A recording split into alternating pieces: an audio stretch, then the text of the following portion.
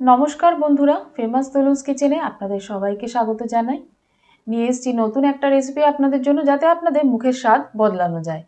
তার জন্যই আমি আজকে কাতলা পোস্ত রেসিপি দেখাবো, এবং একদম আদা আর রসুন ছাড়া। কিন্তু এখানে আমি শুধু পোস্ত দিয়েই দেখাবো, আর তার সাথে কী কী দেবো আসুন তাহলে আজকে রেসিপিটা দেখে নিন।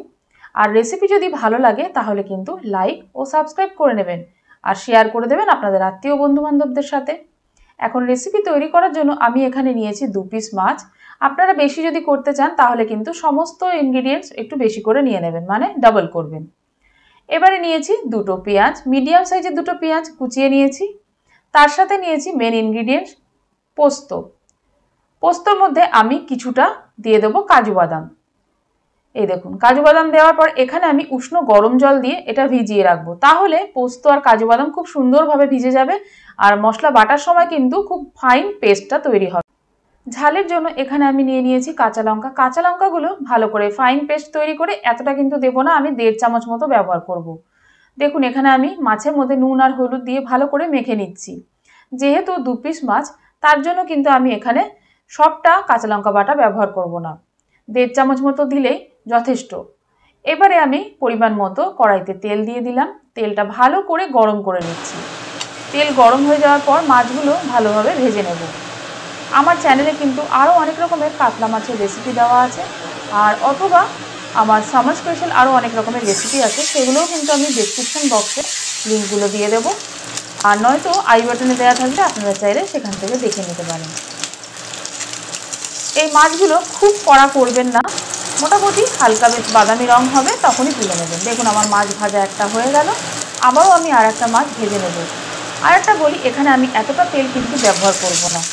এখানে মাছটা ভাজা হয়ে গেলে আমি তেল কিছুটা তুলে নেব।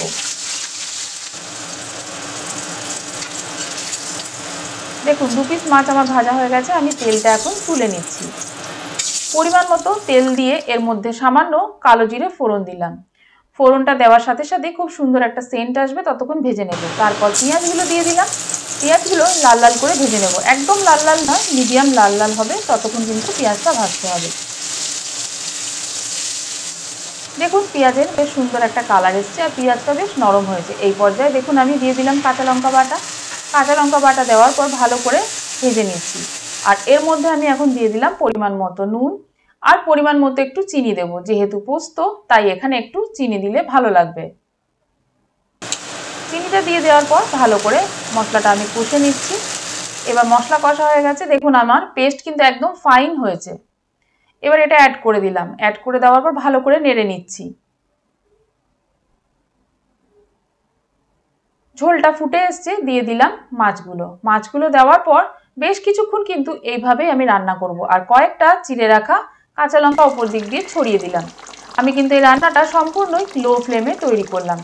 দেখুন, আস্তে আস্তে কিন্তু গ্রেভিটা কত সুন্দর হচ্ছে, ওপরে তেল ভেসে আসছে।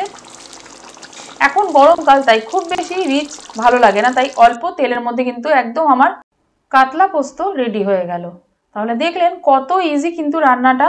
এখানে কিন্তু আমি কোনো আদা রসুন ব্যবহার করিনি। একবার আপনারা এইভাবে রান্না করে দেখবেন, এর স্বাদ একদমই আলাদা হয়, আর দারুণ লাগে। এই গরমকালে কিন্তু এই মুখের স্বাদ বদলানোর জন্য একটা পারফেক্ট রেসিপি।